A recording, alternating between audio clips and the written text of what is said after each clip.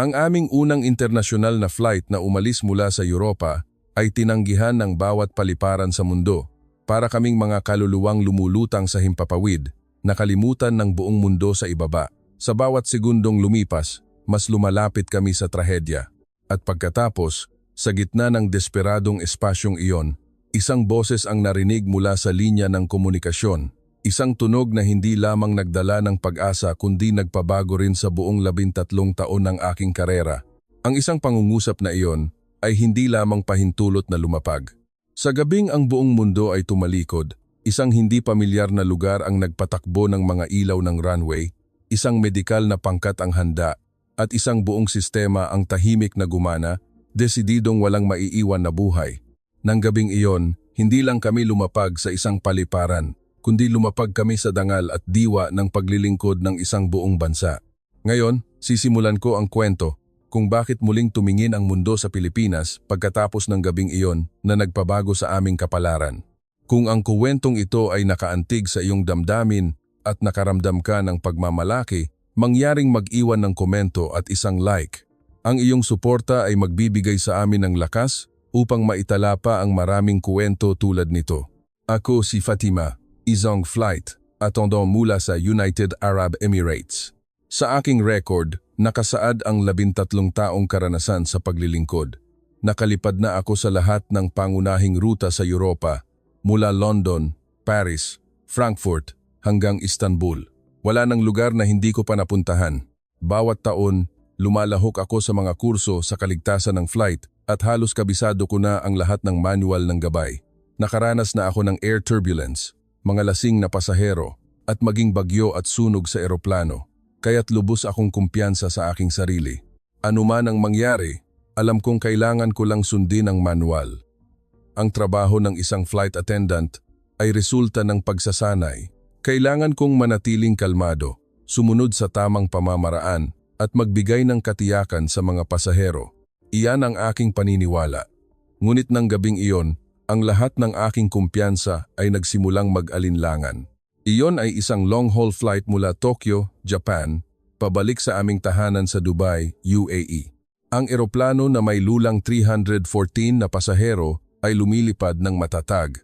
Ako, kasama ang iba pang mga batang kasamahan, ay sinusuri ang serbisyo, binabantayan ang mga pamilyang may maliliit na anak, at nagbibigay ng kumot sa ilang matatandang pasahero. Mukhang tahimik ang kalangitan ngayong gabi, ngunit alam kong sa ibaba, ang buong rehiyon ng gitnang silangan, ang aking tinubuang bayan, ay nasa kaguluhan. Ang mga balita ay patuloy na nag-uulat tungkol sa lumalalang tensyon, sa mga airspace na isinasara, sa mga flight na kailangang mag-iba ng ruta, sa pagkabahala. Sana ay maging sandali lamang ng katahimikan ang biyaheng ito na hiwalay sa kaguluhang iyon. Iyon ay isang gabing flight na tila normal. Hanggang sa tumunog ang alarm ng makina, lumipad na kami ng halos 4 na oras at nasa airspace ng Timog Tsina. Sa simula, inakala kong sensor error lang iyon, nangyayari paminsan-minsan iyon. Ngunit iba ang hangin mula sa cockpit, iba ang tingin ng kapitan. Nagpadala siya ng mensahe at humingi ng kumpirmasyon. Ang aking kasamahan na nakaupo sa jump seat sa tabi ko ay bumulong, "Ate Fatima, mahigpit ang seguridad ng airspace ng Europa matapos ang pinakabagong balita. Ngayon ay mayroon pang ganito." Nag-aalala ako, umiling ako, ngunit mabigat din ang aking loob. Akala ko nag-aalala lang siya dahil sa kanyang kakulangan sa karanasan. Kung may isang bagay akong natutunan sa mahigit 10 taon ng pagtatrabaho, ito ay ang flight crew ay hindi dapat magpanik muna. Sa loob ng cabin ng eroplano, tahimik pa rin ang lahat. May mga nanonood ng pelikula o natutulog. Walang sinuman ang nakapansin ng anumang kakaiba. Ngunit nararamdaman ko ang tensyon sa pagitan ng cockpit at ng jump seat area. Isang hindi nakikitang bigat, ngunit napakalinaw na nararamdaman.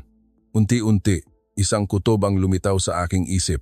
Hindi ito isang bagay na malulutas ng manual. Sinasabi sa akin ng 3 taong karanasan na iba ito ngayon. Tinawag ako ng kapitan sa cockpit. Pagpasok ko, nakita ko ang ilang pulang ilaw sa control panel. Mga ilaw ng babala na bihira kong makita. Kalmadong ipinaliwanag ng kapitan ang sitwasyon. Isang makina ang nagpakita ng pagkawala ng thrust at ang support system ay hindi rin matatag.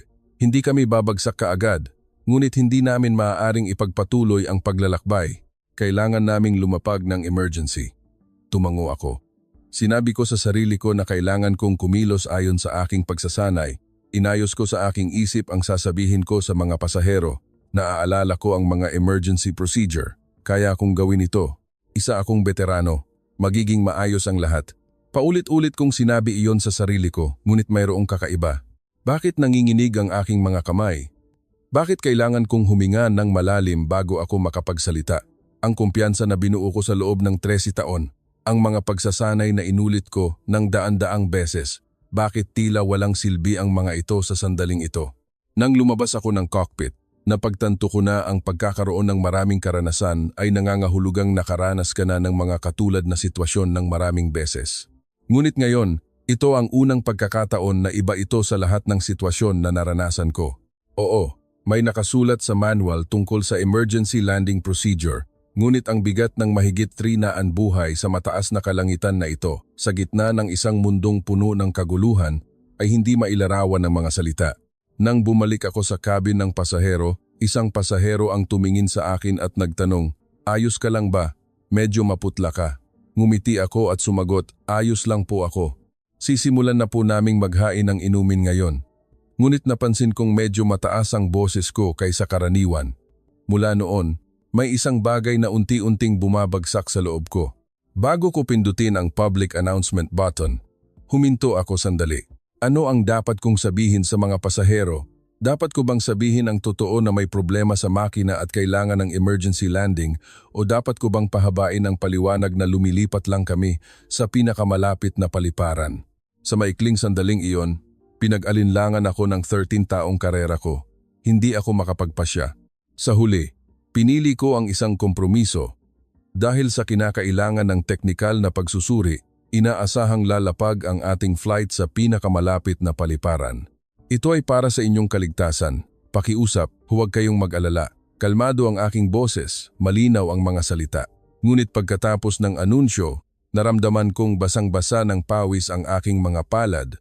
Ang cockpit ay nagsimulang makipag-ugnayan sa pinakamalapit na paliparan. Nakaupo ako sa jump seat at nakinig sa radyo. Profesional pa rin ang boses ng kapitan. Ipinaliwanag niya ang sitwasyon. Ang unang at pinakamakatuwirang opsyon ay ang Guangzhou International Airport. Ngunit ang sagot mula sa lupa ay malamig na yelo. Pagkatapos ng pagsasaalang-alang, dahil sa mga espesyal na pamamaraan ng seguridad at tensyonadong sitwasyon, hindi namin maaaring tanggapin ang isang komplikadong emergency na may dayuhang elemento sa gabi. Hinihiling na lumipat ng ruta palabas ng aming airspace, sundin ang itinalagang flight corridor, walang karagdagang paliwanag. Isang utos na pilitin kaming lumipad patimog patungo sa South China Sea para kaming itinataboy sa pader. Nakipag-ugnayan ang kapitan sa Taipei. Mabilis din ang sagot. Hindi maaaring tanggapin dahil sa mga pinaghihigpitang flight corridor dahil sa aktibidad ng militar. Sunod ay Singapore. Paumanhin, ang pangunahing runway ay nasa biglaang pagpapanatili. Hindi namin maaaring tanggapin. Nang tumahimik ang radyo, naramdaman ko ang isang mabigat na katahimikan sa cockpit. Sa sandaling iyon, sa unang pagkakataon, napagtanto ko na ang pangalang international flight, ang mga pangako ng aviation convention tungkol sa mga emergency, ay tila mas marupok kaysa sa akala ko. Lumabas na hindi lang kami tinanggihan ng mga regulasyon, kundi ng takot at pagtutuos ng buong mundo. Sa gitna ng mga bomba at diplomatikong salita, ang buhay ng mahigit 300 katao sa eroplanong ito ay walang bigat. Sa kabin ng eroplano, walang nakakaalam ng anuman. Tahimik pa rin ang mga pasahero. May natutulog, may nakikinig ng musika. Isang bata ang naglalakad sa pasilyo at ngumiti sa akin. Ngumiti ako pabalik, ngunit naramdaman kong matigas ang aking mukha. Isang batang flight attendant ang lumapit sa akin at bumulong, "Ate Fatima, ayos ka lang po ba? Nakapagpasya na po ba kayo ng paliparan?" Tumango ako. "Malapit na. Huwag kang mag-alala," sagot ko. Ngunit hindi ko alam kung gaano nakaiba ang aking boses. Sinasabi ko ang mga salita na hindi ko na rin pinaniniwalaan. Sinusuri ng co-pilot ang sistema ng gasolina. Nagsalita ng mahina. Mayroon pa tayong 1.5 oras. Ibig sabihin, mayroon lang kaming 1.5 oras. Kung hindi kami makakalapag sa loob ng panahong iyon, wala na kaming ibang opsyon.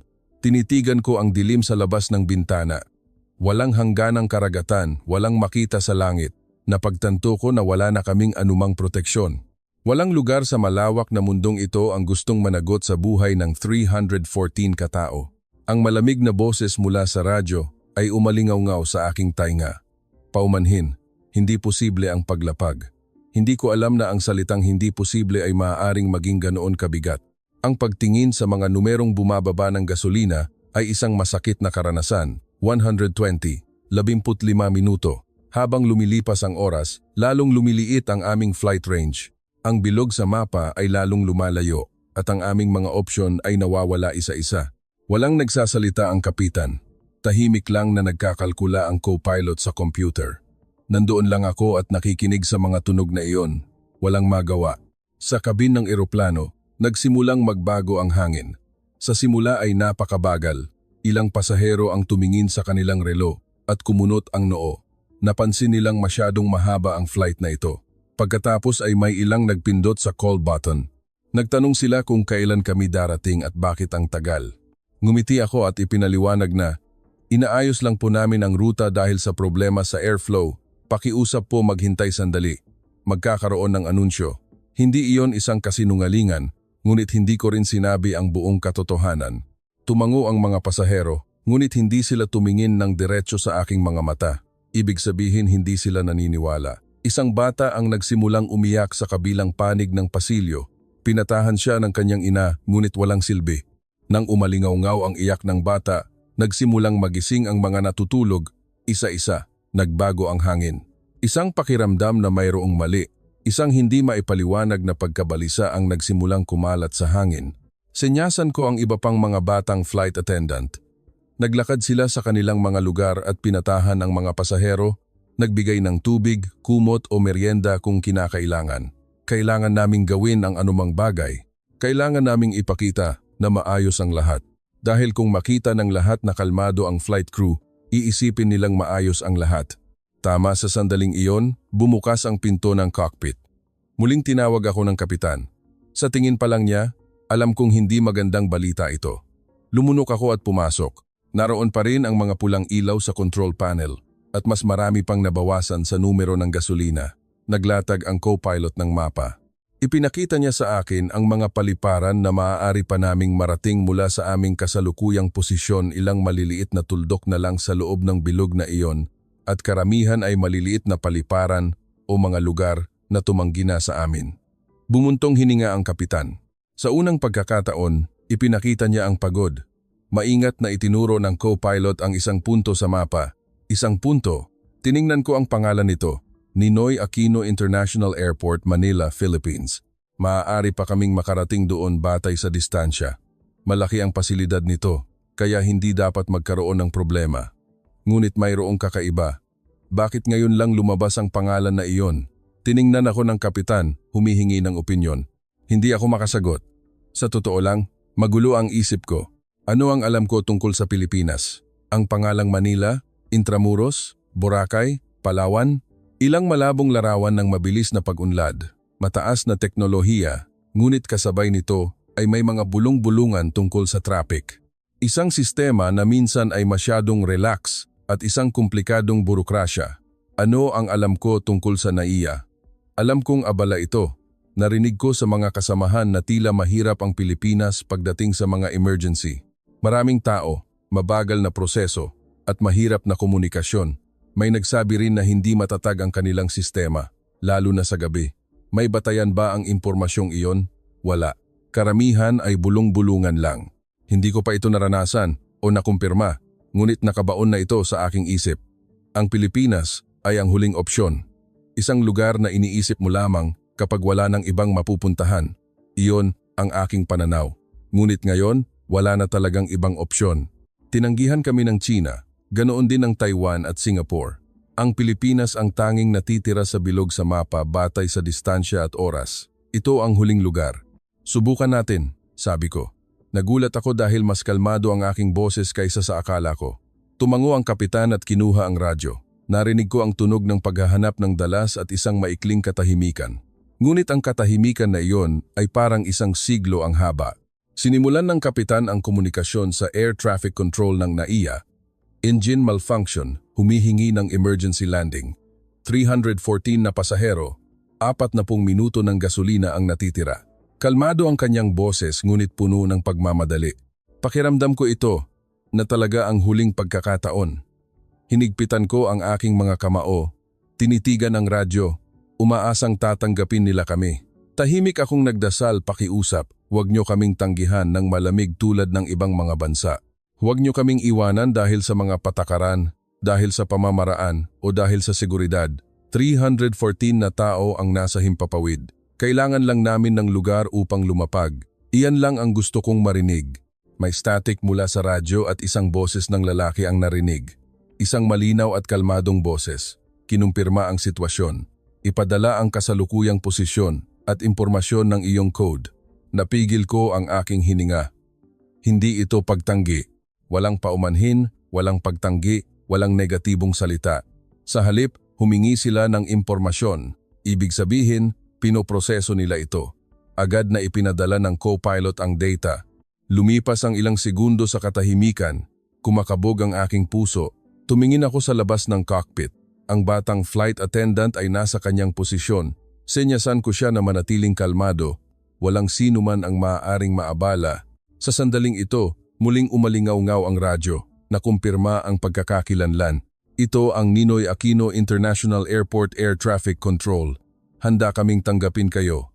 Nang matapos ang pangungusap na iyon, nagbago ang hangin sa cockpit. Isang paghinga ng ginhawa mula sa kapitan. Ipinikit ng co-pilot ang kanyang mga mata at tumango. Nandoon lang ako, nakatitig sa radyo. Tanggapin kami? Bakit napakadali? Ang ibang lugar ay nagbigay ng napakaraming dahilan: seguridad, politika, pamamaraan, pasilidad, napakaraming dahilan upang tumanggi. Ngunit dito ay iba. Kinumpirma ang sitwasyon, tinanggap, at sinabi nilang, handa kaming tanggapin kayo. Nagpatuloy ang radyo. Ikaw ay ilalaan sa runway 11L. Ipapadala namin ang iyong landing route. Handa na ang medical team at maintenance team. Bago matapos ang pangungusap, ang susunod na tagubilin ay ibinigay ng mabilis at tumpak. Bago pa kami humingi ng tulong, alam na nila ang kailangan at handa na. Nandoon lang ako. Tinitignan ang kapitan na nagpapasalamat, ngunit ang boses sa kabilang linya ay walang ipinapakitang emosyon. Tila normal lang iyon, tila walang espesyal na nangyari, maliban sa ginagawa nila ang kailangan nilang gawin. Nang tumahimik ang radyo, naramdaman ko ang isang kakaibang emosyon, ginhawa, pasasalamat o kahihiyan. Bakit ko inisip ang Pilipinas bilang huling opsyon? Bakit ako naniwala sa mga malabong paghuhusga na iyon ay totoo? Bakit ko inakala na ang bansang ito ay hindi kami tatanggapin? Sinabi sa akin ng kapitan na ipaalam sa mga pasahero. Tumango ako. Nang lumabas ako ng cockpit, nakita ko ang mukha ng batang flight attendant sa pasilyo, isang halo ng pag-aalala at pag-asa. Maikli kong sinabi, lalapag tayo sa NAIA. May nagtanong, NAIA? Pilipinas? Opo, sagot ko. At pinindot ang public announcement button. Dahil sa kinakailangan ng teknikal na pagsusuri, inaasahang lalapag ang ating flight sa Ninoy Aquino International Airport. Tinatayang oras ng pagdating ay sa loob ng 30 minuto. Pakiusap po, huwag kayong mag-alala. Nang matapos ang anunsyo, tahimik ang cabin ng eroplano. Pilipinas, NAIA, hindi nila inaasahan ang lugar na iyon. May nakaramdam ng ginhawa, mayroong mausisa, ngunit karamihan ay tinanggap na anuman ang mangyari basta makalapag. Iyan ang ekspresyon sa kanilang mga mukha. Tumingin ako sa labas ng bintana. Sa dilim, nakita ko ang mga malabong ilaw. Ang baybayin ng Pilipinas ay papalapit, lampas pa sa aking mga paghuhusga.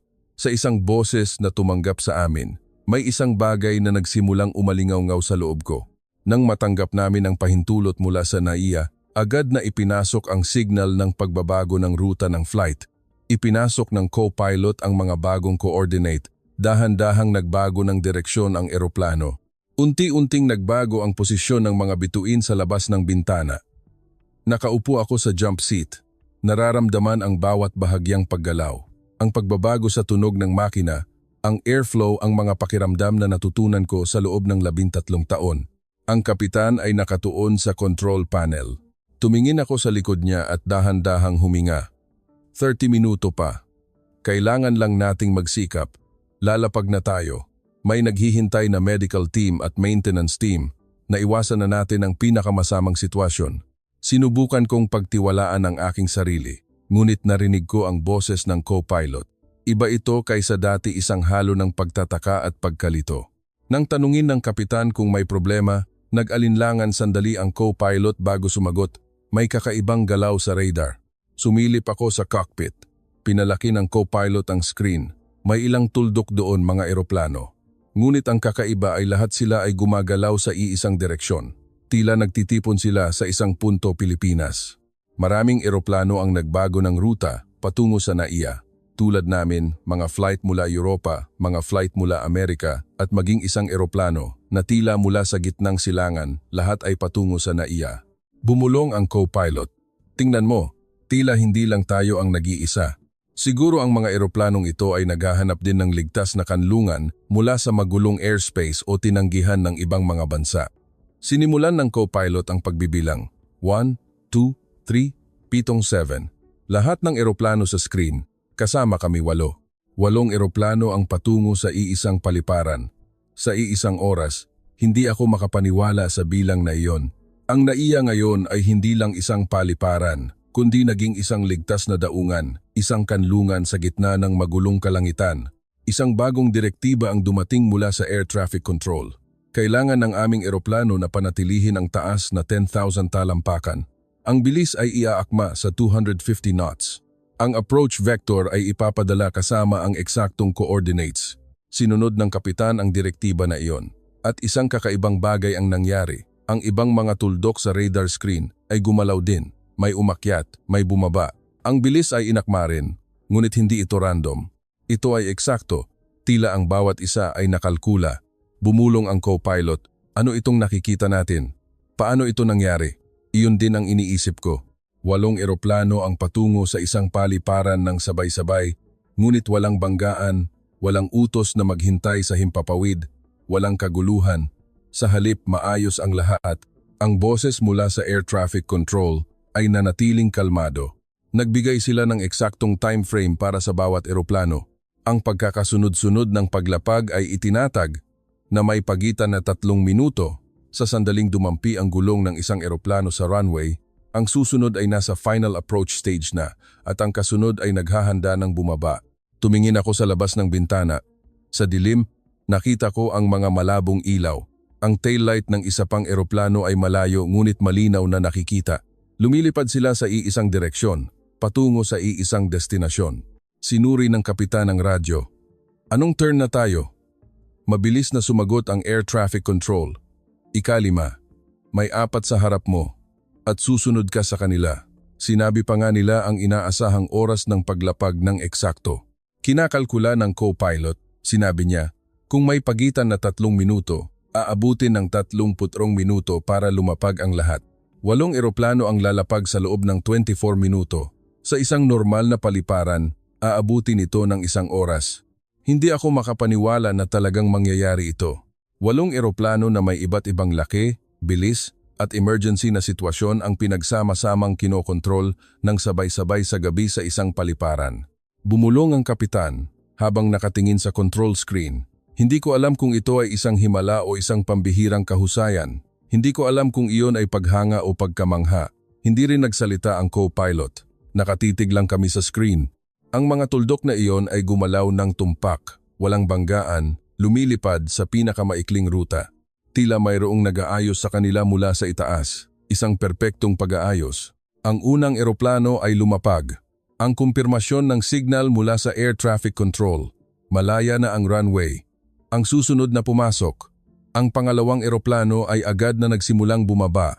Eksaktong 3 minuto pagkatapos, ang pangalawang eroplano ay lumapag. Sinundan ng pangatlong eroplano. Tiningnan ko ang aking relo, gumagalaw ang second hand. Tik-tak, tik-tak isang makina at tumpak na ritmo. Kasabay ng ritmong iyon, ang mga eroplano ay lumapag isa-isa tulad ng isang production line sa isang pabrika. Hindi, mas sopistikado pa dahil mga buhay ang pinangangasiwaan nila. Ang pang-4 na eroplano ay lumapag. Sumunod ang aming turn. Ang huling pahintulot sa paglapag ay dumating mula sa Air Traffic Control. Mahigpit na hinawakan ng kapitan ang control stick. Dahan-dahang nagsimulang bumaba ang eroplano. Sinuri ko ang aking seatbelt at inayos ang posisyon ko sa jump seat. Nagsimula akong makita ang NAIA sa labas ng bintana. Ang mga ilaw ay maayos na nakahanay. Runway, taxiway, terminal lahat ay nasa tamang posisyon. Walang senyales ng kaguluhan. Sa kabaligtaran, mukha itong payapa tula ng isang ordinaryong gabi.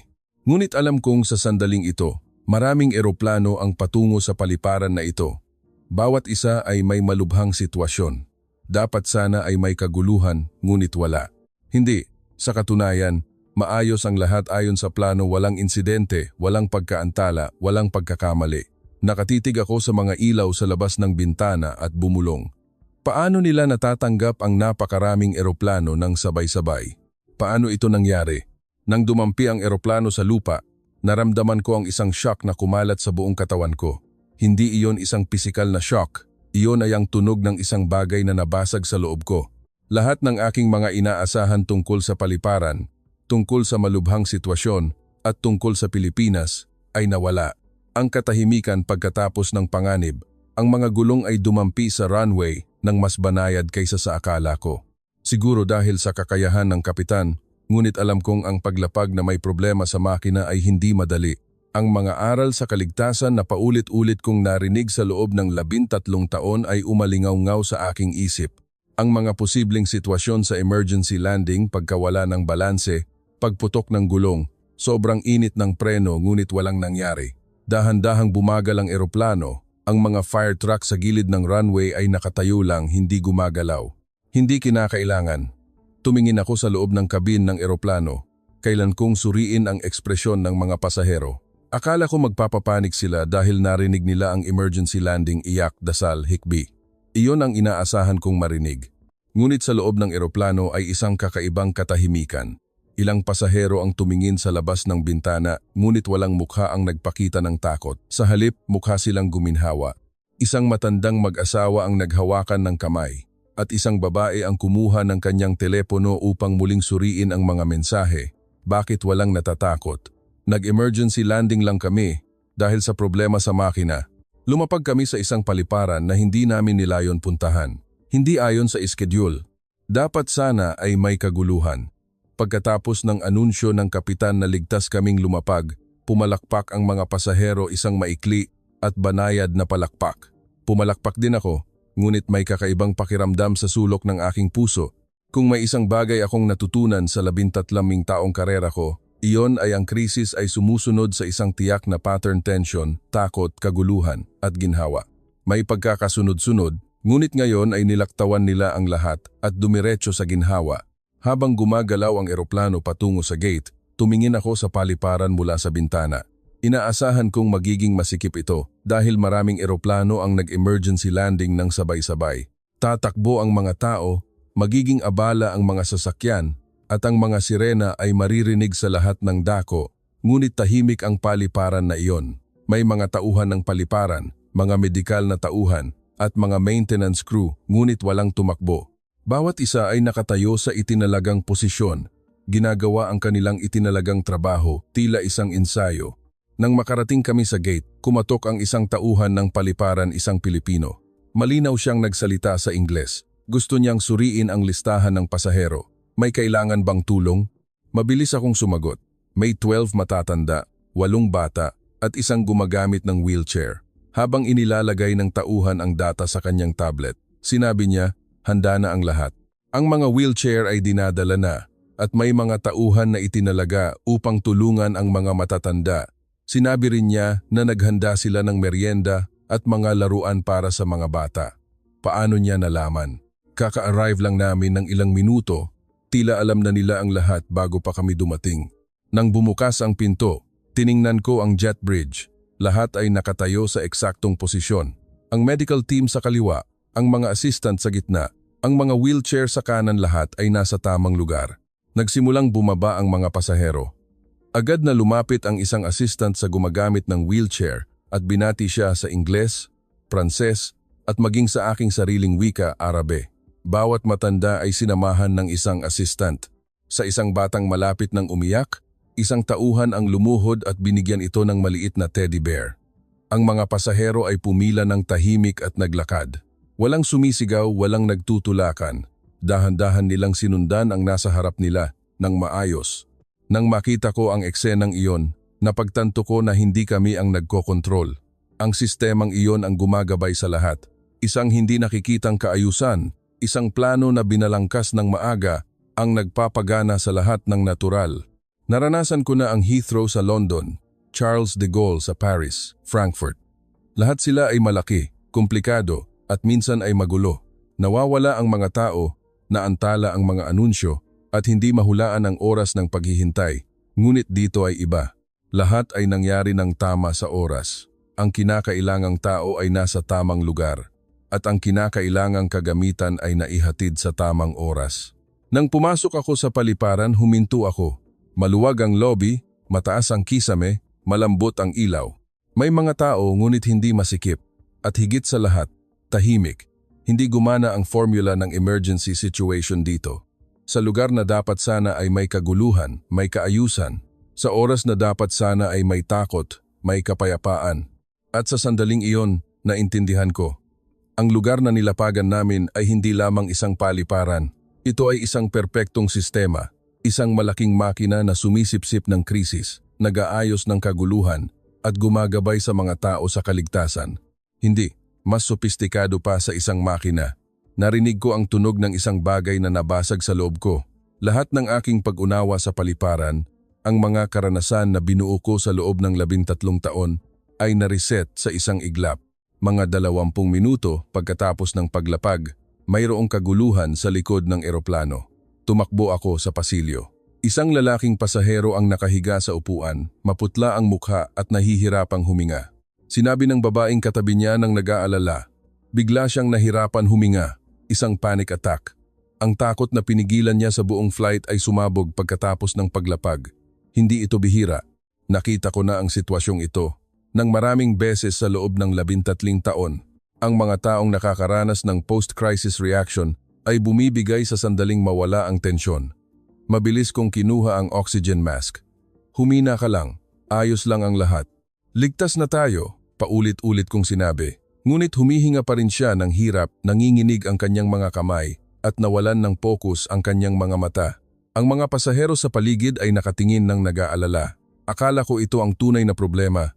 Matagumpay ang emergency landing, ngunit mahirap ang susunod na proseso. Kapag may emergency patient, kailangan kong tumawag ng ambulansya, maghanap ng ospital, ayusin ang problema sa wika, at punan ang mga papeles. Kadalasan, aabutin ito ng 1 oras. Sa panahong iyon, kailangang maghintay ang pasyente. Ngunit bumukas ang pinto, hindi tauhan ng paliparan kundi medical personnel. 2 tao na nakasuot ng puting uniforme, dala ang isang stretcher. Nagulat ako. Hindi pa ako humihingi ng tulong. Agad na lumapit ang medical personnel sa lalaki. Walang salita, hindi sila nagtanong tungkol sa sitwasyon. Tiningnan lang nila ang pasyente, sinuri ang pulso, tiningnan ang mga mata, at sinuri ang paghinga propesyonal at mabilis. Isa sa kanila ang tumingin sa akin. Nagtanong siya sa Ingles. Kailan nagsimula ang panic attack na ito? Alam mo ba ang medical history niya? Mabilis akong sumagot. Nagsisimula pa lang. Hindi ko alam. Tumango ang medical personnel at nagsalita sa radyo sa Tagalog. Hindi ko naintindihan, ngunit alam kong iyon ay isang direktiba. Agad na nagdala ang isang assistant ng listahan ng pasahero at impormasyong medikal. Tiningnan lang ng medical personnel ang record at muling sinuri ang pasyente, naghahanda ng ilipat. Ang pasyente ay inilagay sa stretcher, sinuotan ng oxygen mask, at itinali ng seatbelt. Lahat ay wala pang 1 minuto. Nandoon lang ako, nakatingin. Maari bang ganoon kabilis? Sinabi ng medical personnel. Dadala namin siya sa ospital. May sasama ba?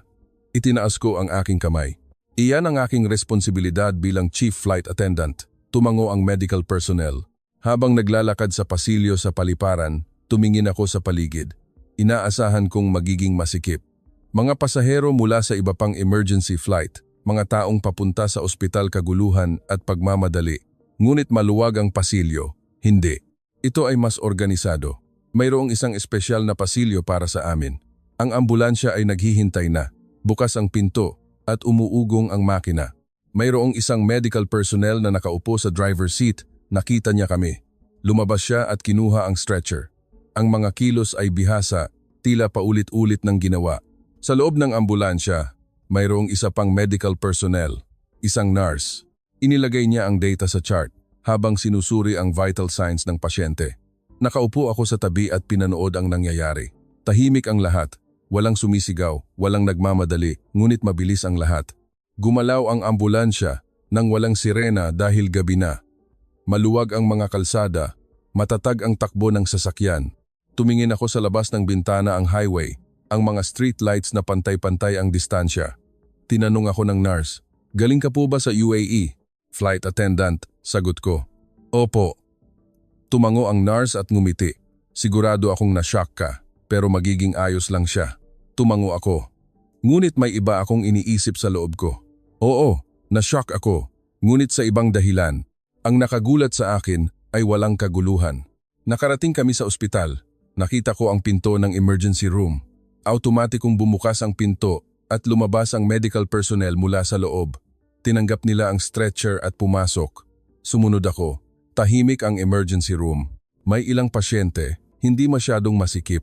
Bawat isa ay nasa isang espasyo na may partition. Kalmado ang kilos ng medical personnel. Agad na inilagay ang aming pasyente sa isang bakanteng kama. Dumating ang isang doktor, isang babae.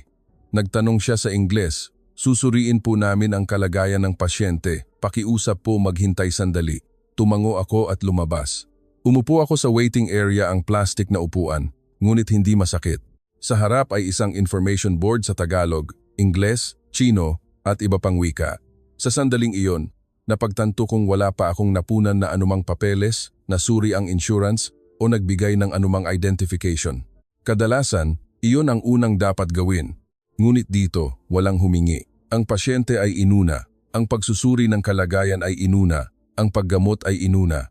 Ang mga papeles ay pangalawa lamang. O siguro, naproseso na ito sa ibang lugar. Mga 3 minuto pagkatapos, lumabas ang doktor. Sinabi niya na matatag na ang pasyente. Ang diagnosis ay panic attack. Pagkatapos bigyan ng pampakalma, bumalik sa normal ang kanyang paghinga. Babantayan namin siya sa magdamag at maaari siyang lumabas ng ospital bukas ng umaga. Nakahinga ako ng maluwag.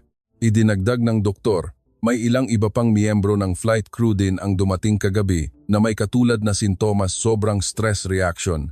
Ngunit huwag kang mag-alala, nagpapagaling na sila.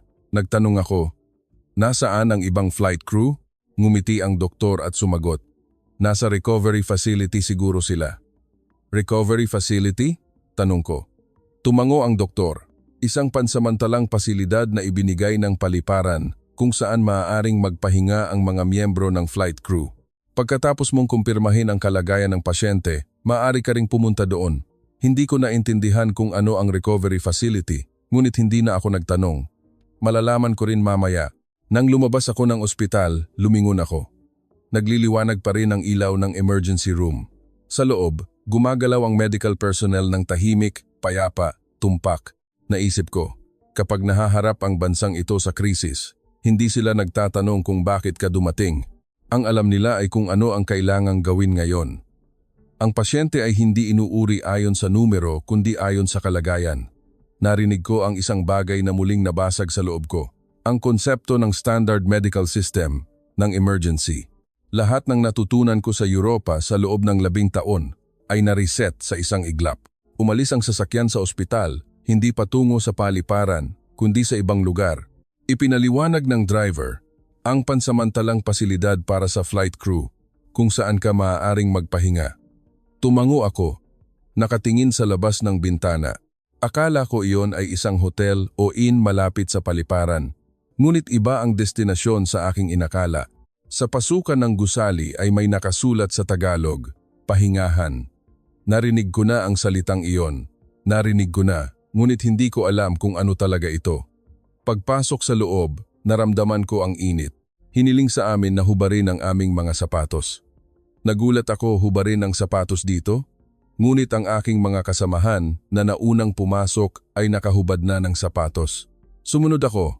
Inilagay ang aking bagahe at kumuha ng simpleng damit. Maluwag na damit na gawa sa cotton. Hindi iyon uniforme. Ito ay komportableng damit.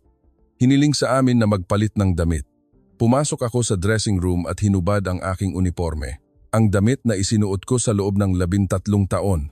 Nang suot ko iyon, ako ay isang flight attendant na may responsibilidad, pinapanatili ang tensyon, at laging nakangiti.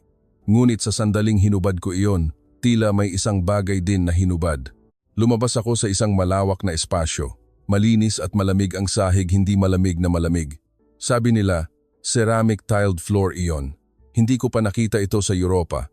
Ang aking mga kasamahan ay nakahiga sa mga banig. Wala silang sinabi. Nakahiga lang sila doon at nakatingala sa kisame. Naghanap din ako ng bakanteng lugar at humiga. Ang malamig na banig ay yumakap sa aking likod. Sa simula ay medyo kakaiba. Gusto kong bumangon, ngunit unti-unti akong nasanay. Ang malamig na iyon ay bumabaon sa aking katawan. Ang mga matitigas na kalamnan ay nagsimulang lumuwag balikat, balakang, binti. Bawat bahagi na tumigas dahil sa matagal na tensyon ay nagpapahinga na ngayon. Isang tauhan ang lumapit. Nagbigay sa akin ng isang baso ng inumin at sinabi sa akin na uminom mula sa isang mainit na tsaa. Medyo kakaiba ang lasa ngunit hindi masama. Sa kabaligtaran, bumaba ito sa aking lalamunan at pinakalma ang aking katawan. Tumingin ako sa paligid. May iba pang mga tao, mga Pilipino, pamilya, mag-asawa, kaibigan. Bawat isa ay nakahiga o nakaupo ng komportable, nag-uusap ng mahina, nagbabasa ng libro o nakapikit lang. Isang kakaibang lugar, hindi hotel, hindi spa, at hindi rin ospital. Hindi ko alam kung ano ang tawag dito, ngunit sigurado akong nagpapahinga ang lahat dito. Isang tunay na pahinga. Muling lumapit ang tauhan, nagbigay sa akin ng merienda, isang mainit na pandesa at isang mangkok ng lugaw. Kinuha ko at sinimulang kumain. Kailan huling beses akong kumain ng ganoong simpleng pagkain? Hindi ko na matandaan. Habang kumakain, napagtanto ko na walang sino man ang humihingi ng anuman sa akin. Ngumiti ka. Kumilos ka ng maayos. Mag-ingat ka sa iyong mga salita. Walang nagsasabi ng anuman dito. Tao lang ako, hindi isang flight attendant. Umagos ang aking luha. Hindi ko maipaliwanag kung bakit ako umiiyak. Hindi dahil sa kalungkutan o kagalakan. Umiiyak lang ako ng walang tunog. Ang mga luha ng pagpapalaya at pagkaantig ay bumaba sa aking pisngi. Hinawakan ng kasamahan na nakahiga sa tabi ko ang aking kamay. Wala siyang sinabi, ngunit sapat na iyon. Lumipas ang ilang oras. Nagising ako at lumabas. Gusto kong lumanghap ng sariwang hangin. Sa labas ng gusali, madilim pa rin. Bago magbukang liwayway, nakita ko ang mga bituin sa kalangitan. Sa malayo, nakita ko ang mga ilaw ng Enaiya, hindi masyadong malayo. Mula rito, nakatitig ako sa liwanag na iyon. Maliwanag ito kahit sa gabi, isang liwanag na hindi namamatay, hindi humihinto. Ngunit gusto kong makita. Tumawag ako ng taxi. Sinabi ko sa driver na dalhin ako sa observation deck ng paliparan. Tumango ang driver at umalis. Inabot ng halos 10 minuto. Nakarating kami sa observation deck. Bukas ang pinto kahit sa gabi. May ilang taong kumukuha ng litrato. Nang makita akong nakatayo sa harap ng salamin, nakita ko ang bahagi ng Naiya runway, terminal, makina. Ang walang tigil na paggalaw. Kahit sa gabi, may mga eroplanong umaalis, lumalapag, at gumagalaw. Gumagalaw ang mga sasakyan, nagbababa ng kargamento, naglilipat ng bagahe. Nakita ko rin ang mga sasakyang naglilinis. Dahan-dahan itong gumagalaw sa gilid ng runway, naglilinis sa gabi para sa kinaumagahan. Nang makita ko ang eksenang iyon, naisip ko, hindi natutulog ang paliparan na ito. Hindi lang ito gumagana sa araw, kundi 24 oras sa parehong antas ng kalidad, hindi bumababa dahil gabi, hindi maluwag ang sistema dahil mas kaunti ang tao. Naalala ko ang ilang oras bago. 8 eroplano ang sabay-sabay na patungo sa paliparan na ito. Gabi iyon, ang oras na dapat sana ay magulo, ngunit maayos ang lahat. Walang banggaan, walang pagkaantala, walang pagkakamali. Ngayon alam ko na hindi iyon isang pagkakataon. Hindi itinuturing ng paliparan na ito ang krisis bilang isang espesyal na kaganapan. Tinatanggap lang nila ito bilang isang gawain na kailangang tapusin dahil lagi silang handa. May isang bagay na ganap na nagbago sa aking isip. Ang aking paghuhusga sa mga paliparan sa Asia. Ang bulong-bulungan na mahina sila sa mga emergency na sitwasyon. Ang mga salitang tulad ng hindi matatag ang sistema sa gabi, lahat ay kasinungalingan. Ako ang naniwala sa mga kasinungalingang iyon. Idinikit ko ang aking noo sa salamin. Malamig ang salamin ngunit mainit ang aking puso. Kahihiyan at paggalang ang halo-halong emosyon. Bakit hindi ko naisip na ang Pilipinas ay isang bansang tulad nito? Bakit ko inisip na ito ang huling opsyon? Kinuha ko ang aking telepono. Kumuha ako ng litrato ng NAIA sa gabi. Ang walang tigil na paggalaw. Kanino ko ipapakita ang litratong ito? Sa aking mga kasamahan? Sa aking pamilya? O sa aking sarili noong nakaraan? Umalis ako sa observation deck. Malamig ang hangin, ngunit sariwa. Dahan-dahang lumiwanag ang kalangitan. Darating ang umaga. Magsisimula ang isang bagong araw. Magbabago rin ako. Pagkatapos ng gabing ito, magbabago ang aking pananaw sa mga paliparan. Magbabago ang aking pamantayan sa paghusga sa isang bansa. At higit sa lahat, mas magiging maingat ako sa aking mga paghuhusga. Bumalik ako sa aming bansa pagkatapos ng 3 araw. Hiniling sa akin ng punong tanggapan ng airline na gumawa ng ulat, emergency landing procedure, safety measures para sa mga pasahero, follow-up care procedure, isang standard na dokumento, isang dokumento na ginawa ko ng maraming beses sa loob ng 13 taon. Ngunit iba ito ngayon. Umupo ako sa harap ng aking desk, nakatingin sa blankong screen, ngunit hindi gumagalaw ang aking mga daliri. Ano ang dapat kong isulat? Engine failure? Fuel status, emergency communication, hindi iyon ang mahalaga. Sinara ko ang dokumentong iyon. Nagbukas ako ng bagong dokumento at sinimulang isulat mula sa simula. Hindi manual, kundi karanasan. Hindi numero, kundi damdamin. Hindi pamamaraan, kundi pag-unawa. Hindi itinuturing ng Pilipinas ang krisis bilang isang espesyal na kaganapan. Iyan ang unang pangungusap. Huminto ako sandali pagkatapos isulat ang pangungusap na iyon. Tama ba ang pagkakasalita? Masyadong subhetibo. Ngunit muli ko itong isinulat dahil iyon ang totoo. Mas mahaba ang ulat kaysa sa akala ko. Sumulat ako tungkol sa lahat. Ang sabay-sabay na koordinasyon, ang agarang medikal na tugon, ang recovery facility, isang paliparan na hindi natutulog. Sinubukan kong sumulat ng objektibo, ngunit hindi maiiwasan ang damdamin. Nang isulat ko ang huling talata, nanginginig ang aking mga kamay. Hindi lang kami iniligtas ng Pilipinas mula sa isang teknikal na problema.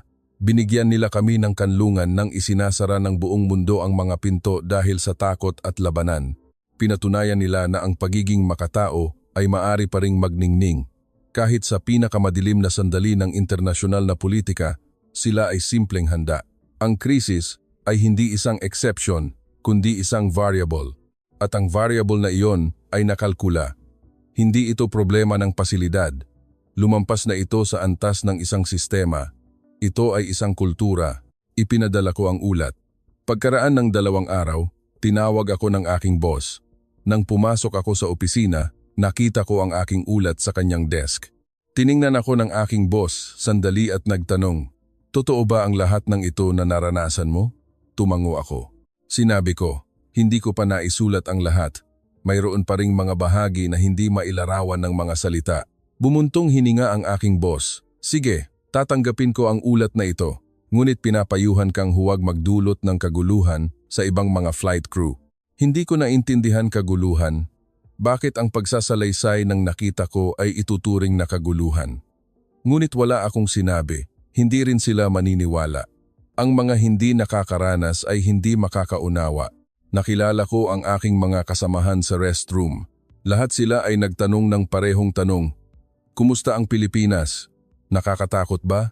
May nangyari bang insidente?" Sumagot ako, "Hindi nakakatakot. Sa kabaligtaran, mas naramdaman kong ligtas ako." Mausisa ang mga mukha ng aking mga kasamahan.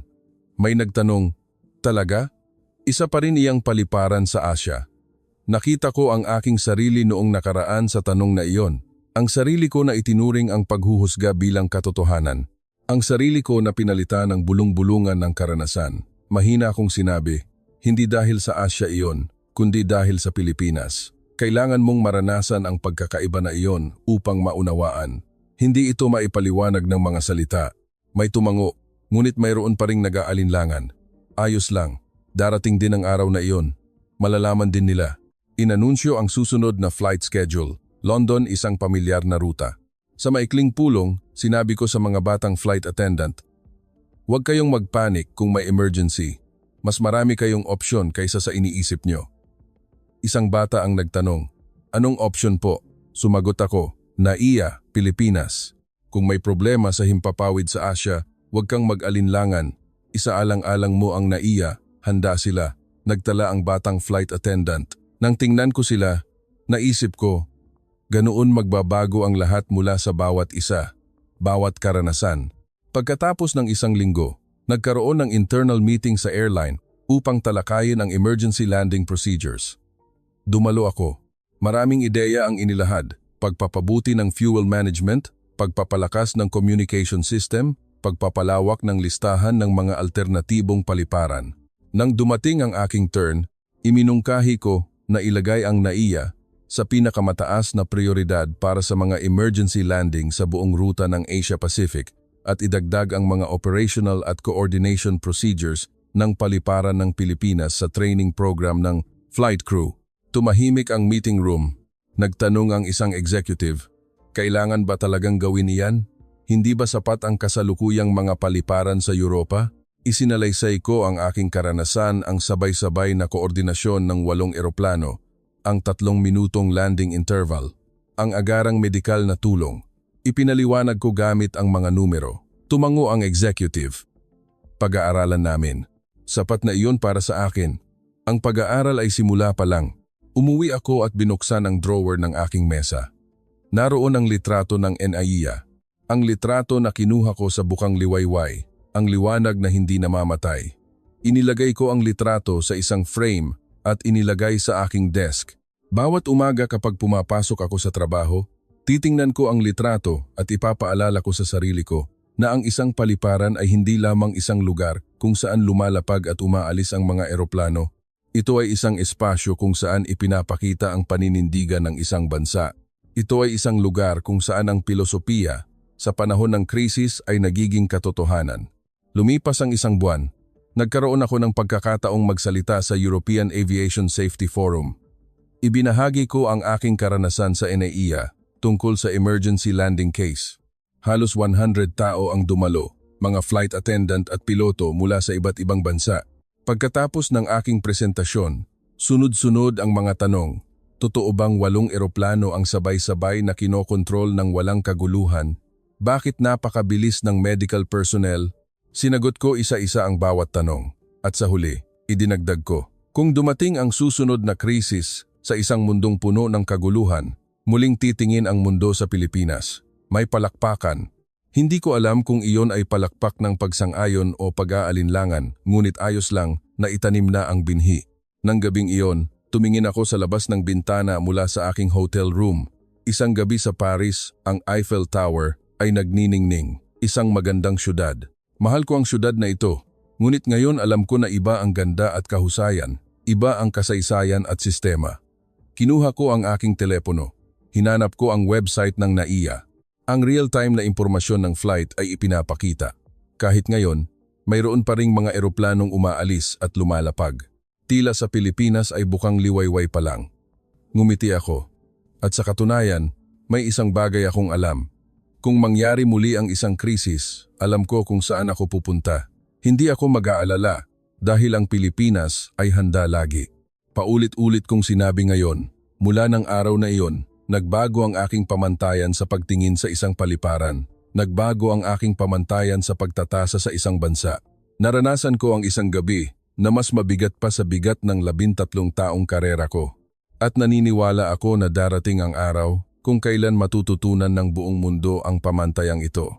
Paano hindi ituturing ang krisis bilang isang espesyal na kaganapan? Ano ang isang handang sistema? Ano ang kaligtasan na nagiging kultura? Ipinakita sa akin iyan ng Pilipinas at darating ang araw na iyon sa mundo.